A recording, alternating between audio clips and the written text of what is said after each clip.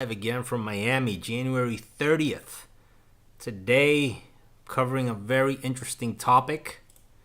Let me just make sure that I got all of these things going. So, today, the topic we're covering is listings, right? Due diligence, if you will. Are the sellers hiding something, if you will? You know, whatever it is that you believe that's going on. Looks like it's going to be another one of those days where we try to figure out technical difficulties before we get started. Let me know if you're seeing this.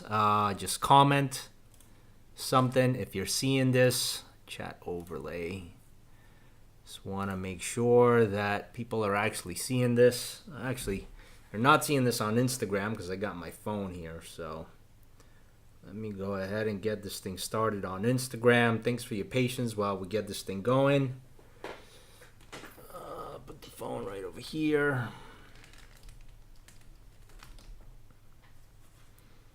How's your Monday going so far? Hopefully it's going well. Let's see, add.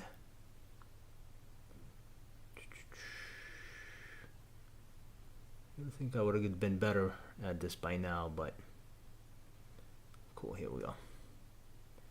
Here we go.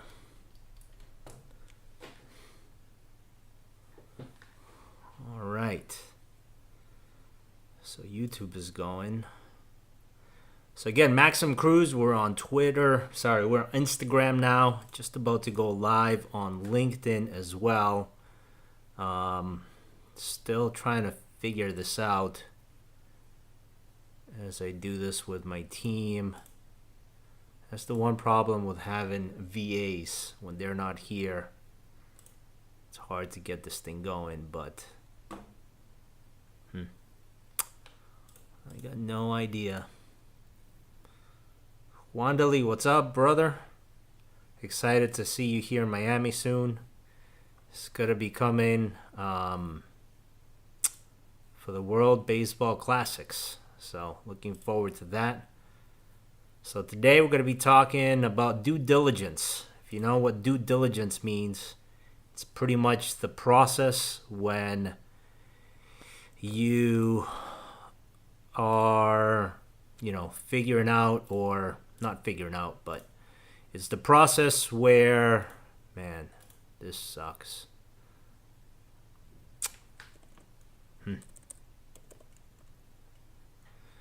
Due diligence. The process where you're figuring out on if the deal is a good deal. There we go. At least that's going. Got one thing resolved, so we're live on Twitter now. So for the buyer side, you're figuring out if it's a good deal. For the seller side, it's not really much due diligence, but it's more of, how you're presenting it. So again, as I get all of these things going here, just want to make sure this is actually being seen. Thanks for your patience, guys, as I get this thing started. Let's see here. For some reason, that's not working either. All right, if I don't get this thing figured out in the next couple of minutes, I'm just going to have to give it a go and call it a day. So I'm still not sure on what's happening with this LinkedIn. I really want this to go live on LinkedIn as well. So thanks for your patience, but looks like it's not going to work. All right, 2 resources. So if you go on my website, maxcruzrealtor.com/guides. I'll drop it in here, maxcruzrealtor.com/guides. There you'll be able to get 2 guides. One is for sellers and one is for buyers. So this guide, I went over it earlier today. Oh, damn it. maxcruzrealtor.com /guides with an S at the end. Let me pin this there. So here we go. Let me just put it here as well. maxcruiserealtor.com/guides. So on this guide, there's two guides in there that you'll see. There's one for buyers and there's one for sellers. So even though this is a general guide, I went over it. It has some very, very good information, which I know that you can use if you're looking to, buy real estate over the next 6 months, or if you're a seller and you're looking to sell real estate over the next few months. So let's get into it, right? So due diligence. Give me 1 second. Again, I'm trying to maximize the time here as I go into this. So there we go. So, all right. So it looks like my YouTube's working. Looks like the Facebook working. Looks like the only thing that isn't working is LinkedIn. So we'll have to get on that and figure it out what it is that my LinkedIn is not working. So again, for the buyers and the sellers, I labeled this earlier today are the sellers burying some skeletons or hiding something, and really what you can do in order to avoid that. So I'm going to keep this really short being under 45 minutes because I really want to give you some tips on both ends. If you're a buyer or if you're a seller, what you're doing in order to make sure that you avoid or you maximize the process of what it is that you're doing. So if you're buying, obviously you're looking to get the best deal. You're looking for, sometimes the best deal means different things for different people. The best deal is always the best price. Sometimes it's the best return on investment, as I deal a lot with investment properties. Sometimes it's the least amount of headaches if you're looking for maybe maintenance issues. Maybe, you don't have a strong property management company in that area, so you might be looking for, low maintenance issues. So again, there's a lot of things which are different for every buyer and for every seller. So how you piece these two things together as an individual really comes down to multiple things. One thing is definitely the knowledge of understanding what it is that you want, what it is that you're looking for. Two is obviously your team, your broker advisors, your inspectors, your financial institutions that you're dealing with, the people that are on your team, your property managers. You might be a contractor, you might have a repair crew with you. So really that team is really, really important. And then the last one really comes down to, getting all of the information. So again, sometimes it's not about specifically what your criteria is, but sometimes it's about, hey, do I really have all the information to really make a decision? So let's break each one of those down. And I'm going to go and do this in two ways. One is going to be the buyer side, and then is going to be the seller side. And I'm going to try to carry each point as I go through, so it really relays no matter what you're doing and no matter what stage you're in. So this video is primarily for somebody that's just about to get started into the investment process. And again, as you saw me last week, it's about living rent-free forever. And that has allowed me personally to really scale my business and understand how I invest my time in different things and really be able to enjoy things like traveling while getting a steady income from our investment properties, and really allow me to maybe even discover myself personally, do certain exercises at certain times that other people won't be able to do, and really have that freedom to do what we want. So from a buyer perspective, again, I'm going to be really relaying this over the next couple of weeks on the first property, right? It's about getting your first deal. And again, if you're a seller and you're watching this, maybe it's about scaling this, okay? You've owned that, duplex or threeplex. Maybe you're looking to get another one, or you're possibly looking to sell this one that you have and reinvest into a larger asset or into a different asset. So a lot of this will actually apply to you as well. Again, if you're more experienced, I will talk, this is probably more directly to the sellers on, what information you're portraying in today's market, what the buyers are looking for. So let's get into it. From a buyer's perspective, right? The first thing, and people always say, location, location, location. It's always about location. There's a balance of these things. So in that guidebook, which you can get on my website, maxcruzrealtor.com/guides, you will, with an S at the end, guides, you will actually be able to see that one of the things that breaks down is that location, right? Where is it that you want to be? A lot of people, are focused on location for different things. You might have a family, you might have children, so the most important thing about the location, maybe it's security for you and your family and your kids, or maybe it's the school systems. And maybe you're single, or maybe you're just a couple, you're getting started, and location for you, the most important thing is really getting that proximity to work. I know, for example, this is outside of the investment scope, but when my wife and I were looking to, we moved to Miami 6 years ago, and we were looking to finally buy a place, one thing that was important for us location-wise is accessibility. For example, we travel a lot, both for work and for personal reasons, and one of the things that was important to us is having proximity. We decided on a place where right now I'm in Aventura. I'm about 20 minutes. Fort Lauderdale is about 20 minutes north of us. Miami is about 20 minutes south of us, the airports, Fort Lauderdale Airport and Miami Airport. So we have that proximity. The other thing is for work, for example, we have business clients all over from Kendall, Doral, all the way to South Miami, all the way north in Fort Lauderdale and past Fort Lauderdale in the Pompano Beach area. So again, that accessibility, literally we can get in our vehicles and within 30 minutes we can be seeing our clients and doing things. So again, that was important for us. So on the location, figure out what's got to be important for you. Is it proximity to work? Is it public transportation? Is it the school systems for your children? So there's got to be some give and take on that.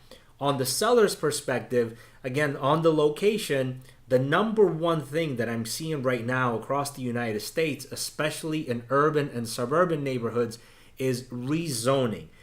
A lot of people will say, hey, I have this great piece of land, or I have this great industrial complex, or I have this great multifamily property. But sometimes you have to look at beyond what's there right now and what the city has rezoned in order to allow you to become, right? Maybe there's been a growing number of developments, and now that single family zone is actually allowing for multifamily, maybe small multifamily, twoplex, a threeplex, a fourplex, things that will allow your property to be actually worth more. If you find that out as a seller, you can offer that to a buyer and you could put it in your listing. Hey, it's been rezoned. This would be great for somebody that's a developer, and maybe your property is distressed, maybe it's burned down, or maybe it's just really, really old, and the best use for it is to really tear it down and build something else. You might be able to get a higher asking price by knowing that piece of information. So again, from a seller's perspective, knowing the location and what it allows you to do and what the zoning restrictions are and maybe some of the changes that have happened is key. I know my team and I, that's one of the first questions that we ask is, hey, are you aware of the zoning changes that happen? And we actually investigate that for you as a seller and also for you as the buyer, because again, some people do buy on perspectives on things that are about to change, and that's how you can make that investment really change in time if that's something that you're looking out for. So location in real estate is always going to be key, and figuring out what are the important things to you as the buyer and you as the seller. Maybe, you as the buyer, you're looking for that perfect location for the school system. Maybe you as the seller, you're looking to get out of that location, and maybe you're looking, because of the proximity to your property manager, you're looking to get more assets in another city that has the property manager that you're looking to work with. Or maybe you have a friend or an acquaintance that has a construction company and you've done business before, so now there's that proximity or something that can work together because of that. And again, it's just different for every single individual, so that's key. The next thing that you'll see as a buyer on that list is really the valuation, the price.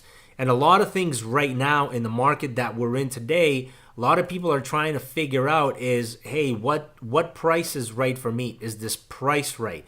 Is it, is it too much? Is it too little, right? What is it? Am I getting a good deal? Am I overpaying for this? What do you think is going to be happening to this property? And again, this is very, very different. And that's why having a team of professionals that understand your micro market is super important. Because I'll tell you, if you look at what's happening, let's say you choose any zip code on wherever you're looking to buy or sell. If you look at a 1 mile radius, what's happening there? You look at a 5 mile radius, what's happening there? You look at a 10 mile radius, you look at a 50 mile radius. All of those figures will start to change. And I know, again, for example, New York City and San Francisco are probably two unicorns. But if you look at Silicon Valley, for example, and really, really specific to where Google is, to where there's other corporations, Meta, Facebook, etc., where you have these technology companies, startups, whatever, there's tends to be these zip codes which are very, very expensive because of that. Same thing when you look at New York City and you look at the financial district or the design district. Because of certain things, even streets, you might have I follow Ryan Serhant and I've done some of his courses and some of the things that he's shown. You might literally have streets where it's like this part of the neighborhood on this little sector between, 35th Street and 30th Street on the west side is this much. And then you go on the other side of Broadway or Park Avenue or whatever, and it's a completely different price point, just because. So it literally can be that specific. So really understanding your pricing, and then again from a buyer's perspective, again looking at that deal and being realistic. Hey, if you want to be good to close to good school systems, and maybe you want to be closer to work, maybe that's going to be more expensive. But look at it at a different perspective. Now that you're closer to these things, does the time allowance that you have, maybe it's an hour per day, maybe it's 2 hours per day, does that extra 2 hours actually give you more time freedom? So maybe you can invest the time into learning a skill, or actually do that consulting business, or have that company run it on the side so you can generate income on that extra 2 hours. So now you're actually more productive and you can get to the next step on whatever it is you're looking to choose. On the seller side, again, understanding these micro markets and macro markets on a larger scale, the thing that drives me nuts probably in the investment real estate space is something that we call pro forma. Pro forma is pretty much a future expectation of how an asset is going to perform based on market research or based on market statistics. So a lot of people, I deal a lot with multifamily housing. They'll have these properties that they're selling. I just looked at one today, a 40-unit property. They'll say, hey, my average rents for a 1-bedroom is $950. My average rents for a 2-bedroom is $1,100. My average for a 3-bedroom is $1,300. But on the pro forma, the 1-bedroom is $1,600. The 2-bedroom pro forma is $1,800. The 3-bedroom pro forma is $2,000. So they want to sell their property, and as a seller, it's extremely important for you to understand this. They want to sell that property as if they're getting these rents. Hey, this is what my property is worth if I'm getting these rents, but your rents are down here. So how could you expect a buyer to pay a price that's up here when your actual performance statistics are down here? And that's where a lot of times when we meet with sellers, and when I meet with sellers, one thing that I'll tell them is, hey, maybe right now is not the best time to sell. Why don't we look at when your leases expire and then increase the rents incrementally and wait 3 months, wait 6 months, wait 9 months. And then because now you're able to establish these higher rents, these higher leases, we can list your property at a higher price. Because again, in commercial real estate, it's always evaluation characteristics of your net operating income and your cap rate. That's what gives you the pricing. So again, as a seller, it's important for you to understand that if you're trying to sell an asset based on the performance characteristics, the financial performance, don't try to sell it up here. And you see these listings that are on the market 6 months, 12 months, 18 months, and then they're lowering it, 100,000, 500,000, but there is no correlation between what these things are, right? So understand that as a seller. The next thing that we're going to talk about is kind of the property condition. So from a buyer's perspective, again, for example, in my scenario, when we bought our first property, I went to school for architectural engineering. I had experience working in architectural engineering companies. Also, I had some experience working construction, hands-on, as well as from a oversight, a supervision point of view. So again, my experience was different. I wasn't afraid of those, handyman specials, if you will, because again, I was comfortable with coming from work, working on my properties part-time after work in order to build up that value. Some people, I'll tell you, some people aren't even good at changing the light bulbs. Some people, their computer dies, the battery goes, they lost their computer charger, they don't know what to do, they're freaking out, they think they need a whole new computer. You know what I'm saying, right? You probably know those individuals that are like that. So depending on your comfort level is going to depend on the condition of the property that you want to buy. Now, again, that's where it's really important to have the right team on board, because the real estate professional, the broker that you're with, they might be able to point out some things. For example, right now I'm working with a client. I don't do a lot of residential, but I'm working with a client that's a personal sale for me. And then this client, they asked for my help, and I'm helping them out. And when we went to do the home inspection, I was there. One of the things that came up is the AC unit has been off, and the seller, it's their second home, so they're not here a lot. And then again, when we looked at some of the closets and when we looked at some of the areas, you can wipe down certain surfaces and you start to see kind of mildew and mold. And here in South Florida, where we have high humidity and then you have all these temperature contrasts and mold, again, it depends where you're at. I'm going to say this for informational purposes only. Mold is in every single environment that you're in, right? If you understand this, like whenever they do mold testing, what they're doing is they're comparing the amount of mold that's in your natural environment outdoors and the amount of mold that's indoors. Now, of course, there's different types of mold, and there is a danger where it starts to grow and get to a certain point where that mold actually becomes a health hazard, and there's a removal process in order how to remove it correctly. So again, you want to avoid that and you want to understand that. But again, looking at these things, as a real estate professional, I was able to advise and kind of say, hey, it's a good idea to get the mold testing and get this inspection, because then we can really see where we're at and then determine what it's going to take to fix. Being a buyer, sometimes you're in a position where, a light doesn't turn on and you're freaking out and you think, oh my God, I'm going to have to replace the whole electrical, which might be the scenario in some cases, but other times it's just a light bulb, right? For example, a shower valve. Sometimes there's dripping water and obviously it's wasting water. It's bad for the environment. It's costing you money to run that water bill, etc.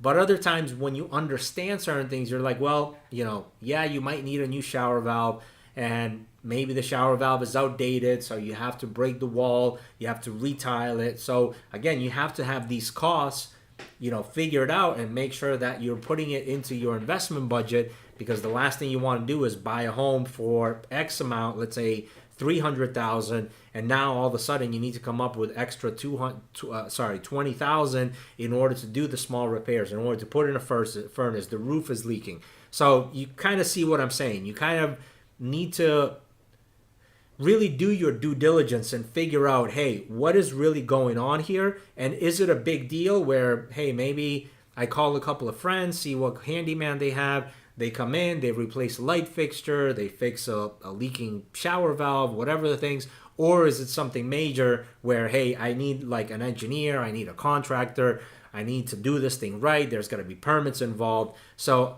again, understanding that is going to put you at a comfort level, going back to price, where, again, you have to figure these things out.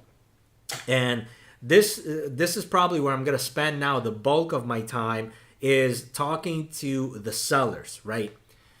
When it comes to property conditions. Now, how do I say this without offending everyone? Actually, you know what? Fuck it. I don't care if I offend anyone.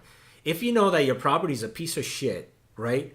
And you know that there's issues in your property, like you can't imagine the stuff that I've seen, specifically in Massachusetts, and again, that's the vast majority of my experience.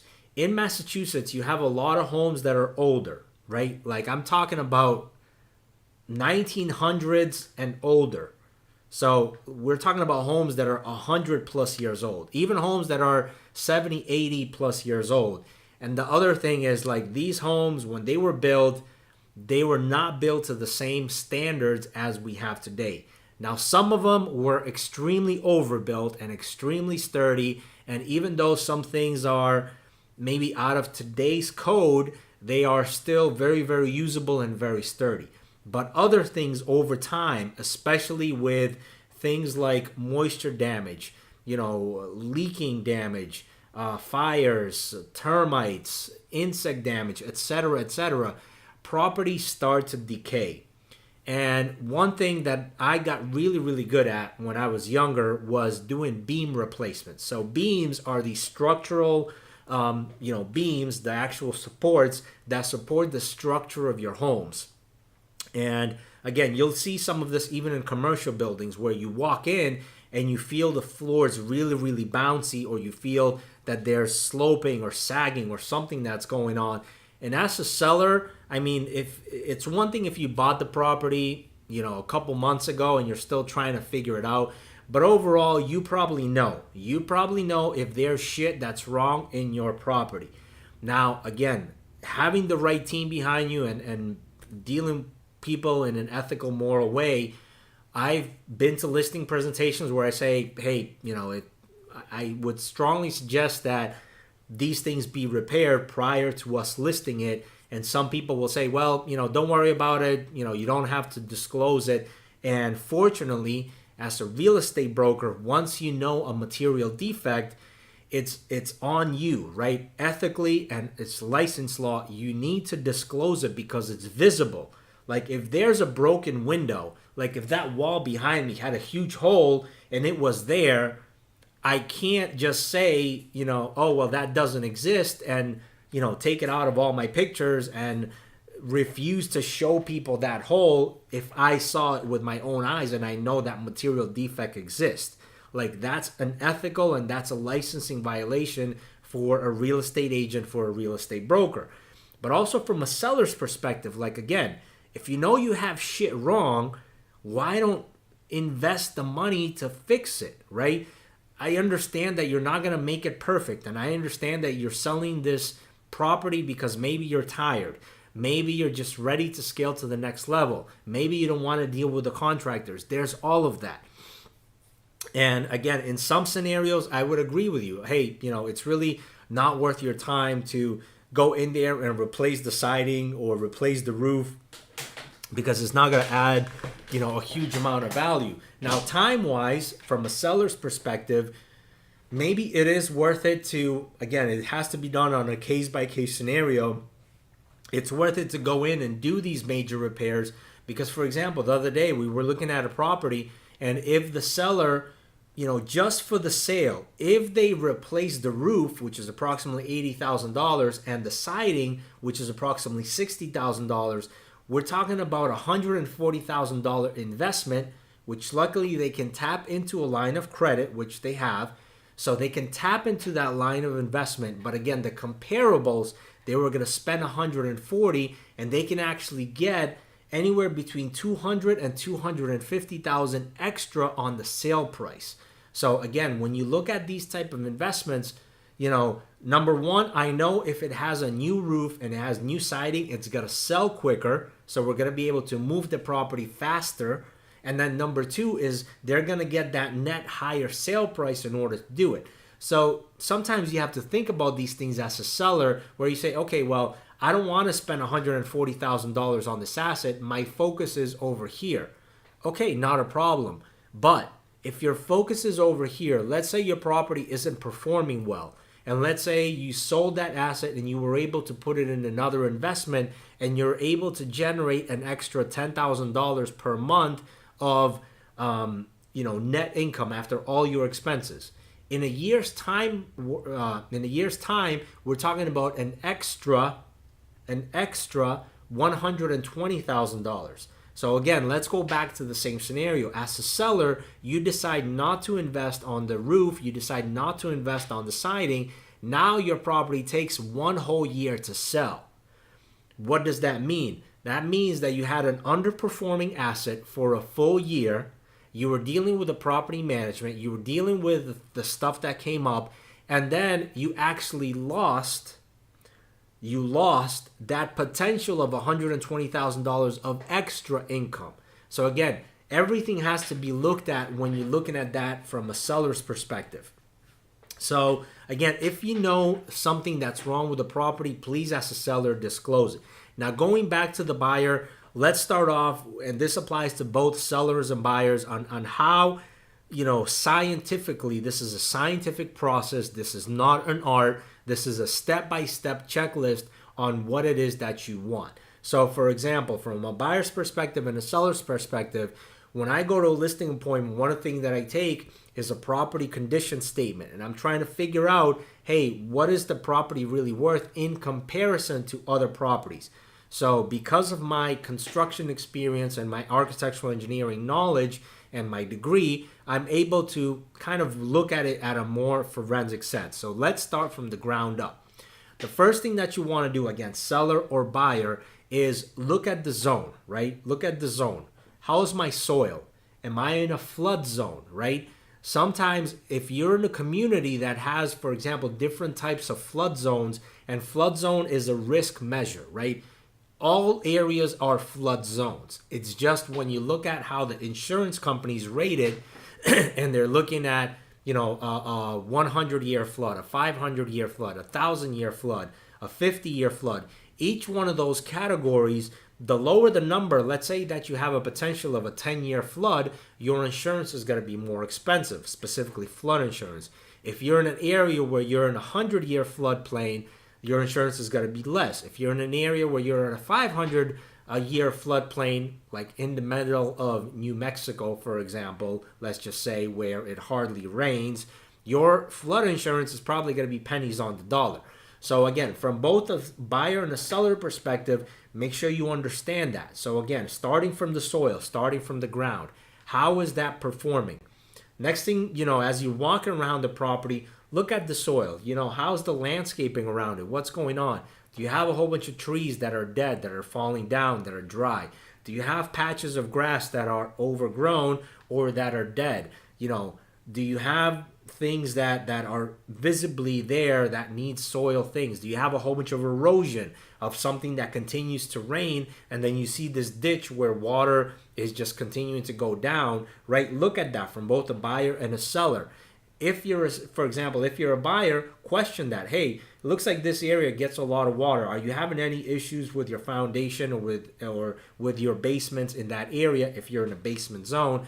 From a seller's perspective, again, hey, I know that this area gets a lot of rain. In order to avoid this from happening, what we've done is we've actually installed a French drain, a pump, whatever, in order to divert the water out there. And that's, hasn't caused us any problems in the last, 3 years since we did it. So again, by taking care of those things as a buyer, you're avoiding certain things, and maybe you can, save some money or negotiate. Hey, I know this is going to be something that needs to be done. Let me adjust my sale price in order to allow for that improvement. And as a seller, you might say, hey, this has already been done. This is actually a value add in comparison to other properties around here. So that will actually get you more money when you look at comparables, right? So the next thing is, if you're walking around the property, just look at the condition. Look at the walls, right? How are the walls? Do you have a whole bunch of cracks? Are those cracks hairline cracks? Are those cracks, half an inch, 3/4 of an inch, an inch? Can you stick your finger into it? What's going on? Does it seem like one side of the building is sloping and the other side, do you have these areas here? Like, what's going on? Try to figure out. And again, this is all important because I'm not telling you to become a professional home inspector or a professional contractor and become a forensic scientist and looking at these things, but be aware of them, right? If you know because you watch these videos, next time you're there, you're going to be much more aware and you got to pay attention. And again, sometimes it's not a huge deal. Sometimes it is a big deal that requires further investigation with the right professionals. So again, look around the foundation. And again, from a seller's perspective, that you could say, hey, we've recently, these foundations approximately, every 20 years, you have to repoint them, touch up the brick, touch up the mortar. We fix some things there. So that's already been taken care of. Versus if your property shows a whole bunch of cracks, understand that somebody might be looking at that and is going to say, hey, I got to get a foundation expert in here. And again, maybe it's a hairline crack and it's not a big deal, but understand that, right? Buyers are looking to, remember you as a seller when you were buying it. What were you looking out for, right? You were looking for that perfect thing that maybe now you understand it's not a big deal. But again, understand that from a buyer's perspective and try to position your property so you can get the maximum value, right? So again, you've looked at that. Now you go inside, you're looking at the floors, you're looking at, are things sagging? Do we have hairline cracks? Take a look at that. Again, back to the same point that I just mentioned. If it's an easy fix, get your, as a seller, get your handyman there, have them caulk those joints, maybe have them paint the floor. And if you're going to do it, make sure you disclose it. Say, hey, we had some hairline cracks. We looked into it. It wasn't nothing major. We got someone there to repair it. It's been repaired. It's been painted over, so you're not going to have to deal with it. Here's the information for the person that did it. Here's our inspection report, right? So, you're still going around the property. Now you're starting to look at walls, and you're going around. Again, in the multifamily world, it's crazy, right? Just imagine you have tenants and sometimes you buy a property where the tenants have been there long term. Those were the original tenants. It's passed down 3 or 4 sellers. So maybe that seller didn't put that tenant in there. But again, they've been paying their rent. But then you're like, man, when was the last time the seller was in here? Because shit, if the seller is here, if let's say you're buying a 4-plex, right? 3 of the units look really, really good, but the other unit, this one, looks like the seller hasn't been here in ages. You got that orange smoke detector, the battery's out, or the smoke detector isn't even on the wall. You got holes all over the place. The floor, like, it's just, there's things that don't make sense. So a lot of times, again, right now we deal with a lot of investment groups, and sometimes the seller is a corporation or a company, and there's 1 or 2 decision makers, and they're in Idaho or Texas or New York, and they have a property manager, and their property manager is showing them one thing. But again, when we show them, they see something different. Just make sure you're aware of what's going on. So look at the general property conditions. And again, a home inspector or a commercial appraiser or a commercial inspector will be able to go in and get you all the details. But just look at things more with a visual thing. When you go into a room, right, look at the walls, like look at the door, look at the door handles, look at, the baseboards. Are they painted? Have they been kicked in? What's going on there? Look at the outlets. You can't imagine how many times we go into a place and we see the outlets and there's like wires sticking out the wall, or it's missing the faceplate, right? Not a huge thing, but again, it's just those little things that will get you over that edge to you as a buyer being able to negotiate maybe for a better price, or you as a seller say, hey, this is the condition that the property is in, so, let me improve these things and get a top dollar. The next thing is look up, right? It doesn't matter what floor you're on, whether you're on the 1st floor, 2nd floor, 3rd floor, 5th floor, 10th floor, look up, because sometimes you'll see these stains and you're like, where the hell are these stains coming from? There are no plumbing in this vicinity. There isn't anything there.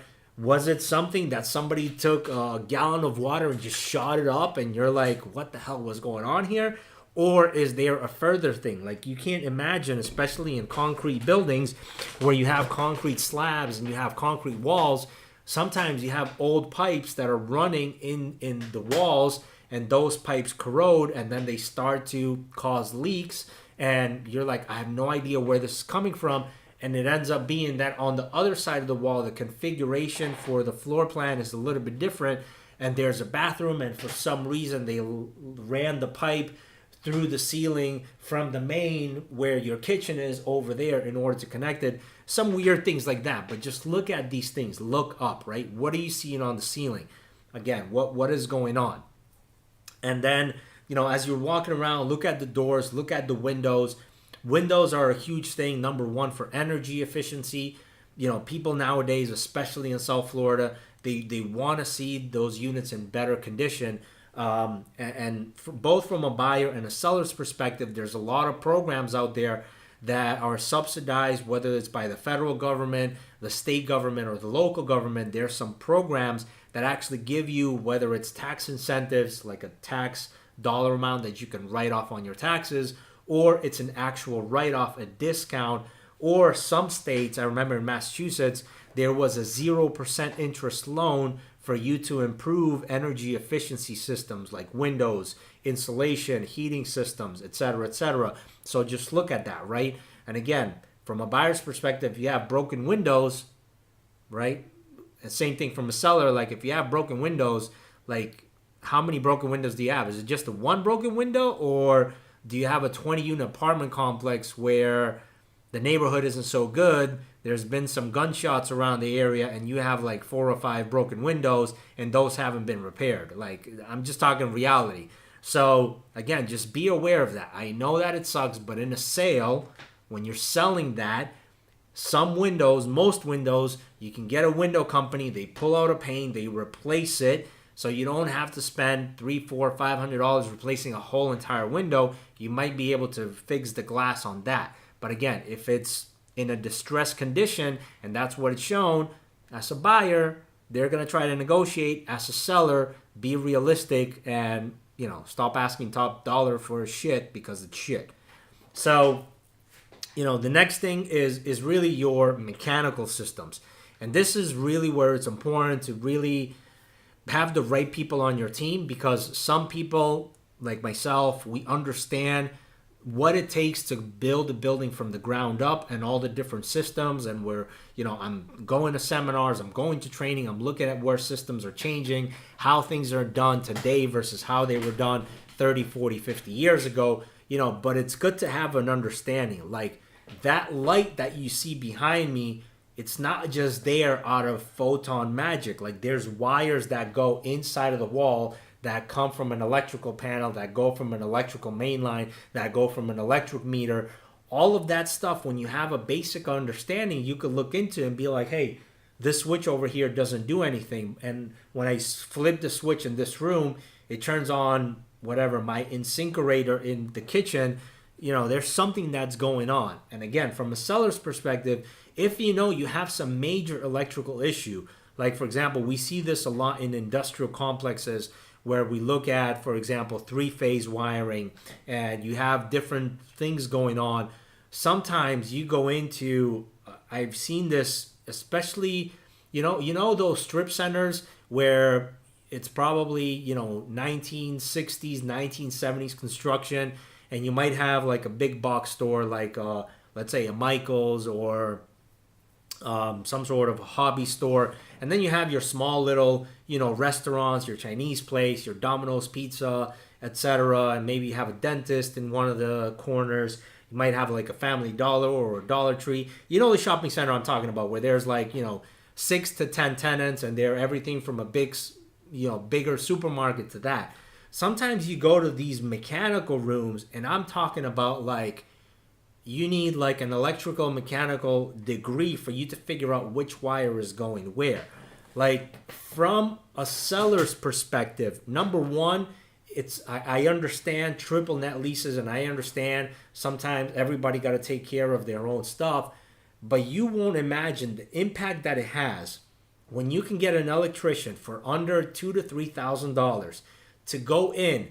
Number one, dust everything. Some of these mechanical rooms are white, like the paint on the wall is white, and because of how dirty it is, just the deferred maintenance, they're literally like, they look like charcoal, right? That's what the room looks like.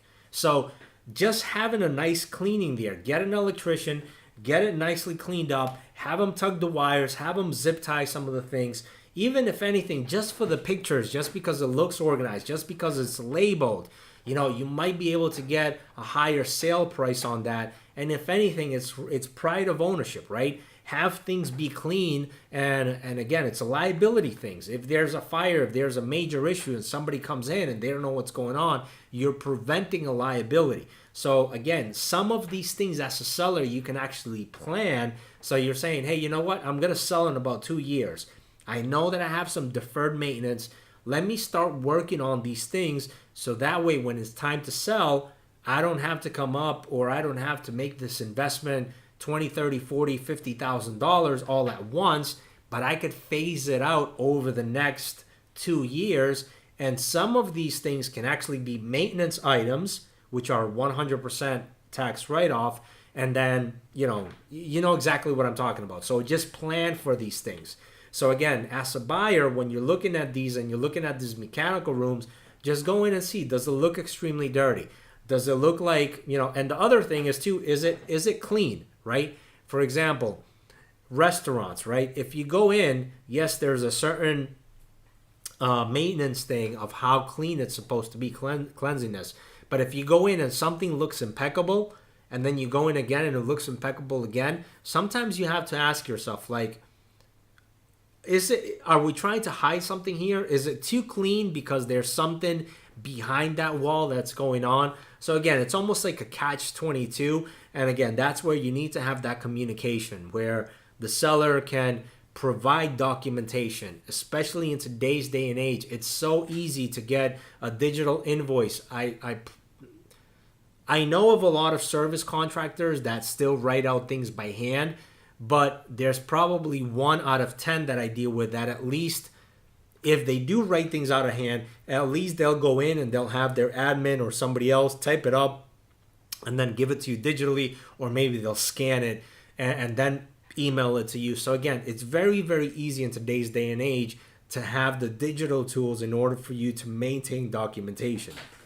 So that's important. And then finally, as you go in through all of these mechanical systems and everything else, just take a step back. As a buyer, as a seller, just take a step back and be like, what's really important here? Is it about showcasing my property as this beautiful thing with this beautiful yard and everything that's impeccable? Or are we looking at the big picture and, there's some things that need to be fixed. Here's what they are. And from a buyer's perspective, there's some things that need to be fixed. The seller's telling you what they are, or you've discovered what they are, so you adjust the price accordingly, so it's a fair, agreement between the two parties so you can proceed. Or is this something where it's like, man, you know what? From a buyer's perspective, based on everything that I found, okay, I'm good with, I can go forward and we'll do this investment and I can plan for these things. Or unfortunately, it's just overwhelming. There's too much things. I got to give it up. Let's search for the next thing. And that's okay. And from a seller's perspective, same thing. It's like, hey, I'm telling you what it is that is there. I'm telling you what I know is wrong. So it's up to you. I think we've priced it fairly because of X, Y, and Z, and I'm not willing to negotiate anymore. And if you think that that's not a fair price, and I think that it is, well, maybe the contract ends here. And maybe, hey, okay, I understand, even though I did these things during the inspection period, during the appraisal period, these things came up. And because of that, now we need to go back to the drawing board and kind of do these adjustments based on what's going on. So make sure that you're having that conversation. Make sure you're having that communication. And then ultimately, working towards a close. I don't remember. I recently had a transaction, and for whatever reason, it was very strange to me that the people that I was dealing with weren't able to tell us when the closing was going to happen. Initially, it was supposed to be around Thanksgiving. Then it was supposed to be sometime before Christmas. Then it was supposed to be, right after New Year.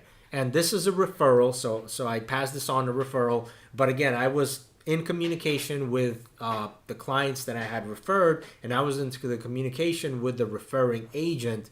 And again, none of us could understand why the seller and their attorney couldn't give us a specific time frame.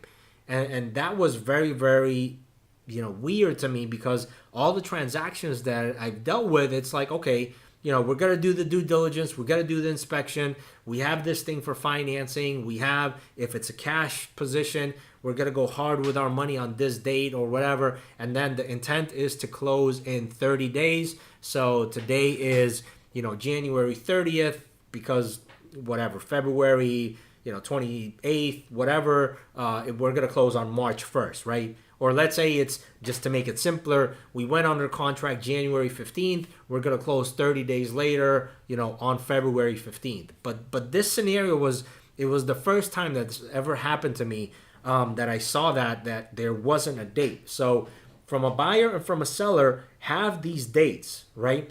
If you're a real estate broker, if you have a good real estate team on your end, everything from your real estate broker to your financing person to your attorney to your title company to the different professionals that are involved, that team should be looking out for you as a buyer and as a seller, saying, hey, we're coming up on this deadline, the inspection deadline. We're coming up on the hard money deadline, this deadline. We're coming up on the due diligence. We're coming up on the contract performance. What's missing? What's going on? So that way you see what's going on. And you as a seller, a lot of times, a new tool that we've started implementing, I say new tool, but a new tool that we've started implementing is adding our clients to the Google Calendar alert for specific things. That way they're actually alerted from a buyer or from a seller, hey, due diligence is coming up on February the 2nd. Boom, it rings on the calendar 5 days before. The seller's aware, the buyer's aware, everyone's aware what's going on. So let's see what's missing. Oh, okay, we're all set on the due diligence. Okay, so let's send out an email saying, okay, the due diligence is complete. We're moving on to the next step. So again, both from a buyer or from a seller, have these dates. It's important to understand these dates so you can work towards the next phase, or the next, what do we call it? The next, I'm blanking out here. It's not the next point. The next target of what we're looking at. Okay, yes, we're working on that. For a long time, this is probably pre-COVID, there seemed to be a general time frame. Hey, financing typically takes 30 to 45 days in residential. Commercial, depending on the asset, it could go 60 days, 90 days. That was kind of normal. Then COVID came, and during the pandemic, it was kind of weird because there was this probably 6 month to a year time frame where there was uncertainty. So there was maybe a little bit more underwriting, a little bit more inspections, a little bit more verification. But then probably October of 2020, towards the end of 2020, most of 2021, it was like, oh, we can get this done in 7 days. Just send it here. Everything was super, super fast, super, super fast. Then things started to shift in 2022 where interest rates are going up. The markets are, there's time delays, or there's time for performance where now it's taking a little bit longer in order for the asset to move. The average days on market is going up. So because of all that, we started to see where some things were maybe taking a little bit more time. So again, having these dates is very, very important. In today's market, I could tell you it's probably back to somewhat normal, and maybe going a little bit longer, because some financial institutions specifically, they want to make sure they have all their T's crossed and all their I's dotted. I know the lending is tightening up where they're asking for maybe a little bit more when you look at the loan to value perspective on all types of assets, multifamily, commercial assets, industrial, et cetera, et cetera. So again, a lot of the underwriting is taking a little bit longer, but it's good to have these dates there, because one thing that probably drives everybody nuts, or maybe just me, is not knowing where we're at, right? Like, okay, did the seller respond to this? Did the buyer respond to this? Have deposits been sent? Are we all set on our due diligence? This came back on the title. Is it all set? Did we get this lien removed? Like, there's a lot of these uncertainties where you start to add them up on certain transactions, and you're like, man, this transaction is nothing but a headache. Like, how hard is it to, okay, let's get a list of 10 items. this is done, this is done, this is pending, this is pending. Where are we on each of these things? And again, having a team where you can communicate on a weekly basis or sometimes even on a daily basis. Okay, what's the status update with that? And fortunately or unfortunately, a lot of us in this business, we're dealing with, private companies as well as government entities like building inspectors, like city appraisers when it comes to taxes, code officials, other inspections, tax authorities on a state level as well on a federal level. And sometimes there's things that take time, right? When, for example, from a buyer and seller in a more sophisticated way, if they have a trust, if they're forming a new LLC, if they need to do a shelf company, if they have a holding company and they have these complex structures, it's not like you can go and do a cash deal and close in 24 hours because you need certain documentation to go into there. So again, it's a lot of these things that, go into play, that by understanding these dates, you can at least have some peace of mind. So with that, I'll wrap it up. Let me know what you thought specifically about this. So again, you can go on my website, maxcruzrealtor.com/guides, GUIDES, guides, plural. And there's a buyer guide and there's a seller guide. And again, you can go through that and kind of go through it. These are specifically meant on the residential side. So it's a tool, a resource that I wanted to provide. But a lot of things that are there, even if you're in the commercial real estate space, you can utilize and be like, okay, well, this makes sense. Okay, this is a good reminder. This is a good checklist. The one thing I will tell you, and if you need to log off, thanks for joining me. I'm going to make this short specifically for buyers. For buyers, and maybe you're selling and then you're looking to buy, there's a sheet in there. I think it's on the buyer's download, which is the budget sheet, right? And understanding, doesn't matter if you're just starting off or if you're a sophisticated thing, having this budget where you understand your income and your expenses is huge, because that's what's going to allow you to scale. I know last week's video, when we looked at personal finances and we said, hey, if you buy a duplex, if you buy a threeplex, if you buy a fourplex, if you look at your monthly budget, a chunk of that money goes to your rental payment. So if you're able to buy this threeplex, this fourplex, and now you're able to decrease your rental payment substantially and then increase your effective cash flow, now you're able to do certain things, have certain freedoms that you didn't have before. So again, that's what this whole premise is. But again, from a seller's perspective, it goes on to your next property, right? If you're there on now you're buying your next property and you're like, well, my performance numbers, this property, my income was that, my expenses was that, my performance was here. How can I take the equity, the amount of money that's going to be left over after the sale, how can I invest it into another property that maybe has higher returns? Or maybe my net cash number dollar-wise is higher. You can't believe right now how many sellers there are or how many individuals there are that have a property that's valued at everywhere from $500,000 to $5 million, but they're sitting on 50-60% of equity. So that means that if you have a property that's valued at $500,000, you have $250,000 of equity that's sitting there that is not making you money. And sometimes, you get to a point, and some people in the commercial space understand this, where you get to scale, right? If you have a property that's, let's say, 20 units, it's not a huge commercial building, but it's not really tiny either. Let's say you have 20 units. There comes a point where that asset, those 20 units, yeah, you might be able to get that little incremental rent increase, but it's reached its value, right? You're not going to get any more cash flow performance of it because, again, property values have gone up, taxes have gone up, water has gone up, maintenance has gone up, insurance has gone up. And you get to a point where you're like, okay, I've already maximized this asset, where unless there's a big zoning change coming, or unless I wait 50 years, it's not like my property is going to double in price just because whatever, right? So now you have to look at the option and say, okay, maybe I sell, or maybe I take the equity out and reinvest into another asset. So my net cash flow from these two assets are now higher versus having a whole bunch of equity just sit in this one property. So there's a sheet in there which you'll be able to use to kind of figure out your budget. Probably sometime within the next 6 months, I would say this is going to start to get a little bit more advanced. Right now, I'm really giving back and giving you the resources on how to get started, on how to get your first multifamily unit using an FHA loan, whether that's a duplex, a threeplex, or a fourplex.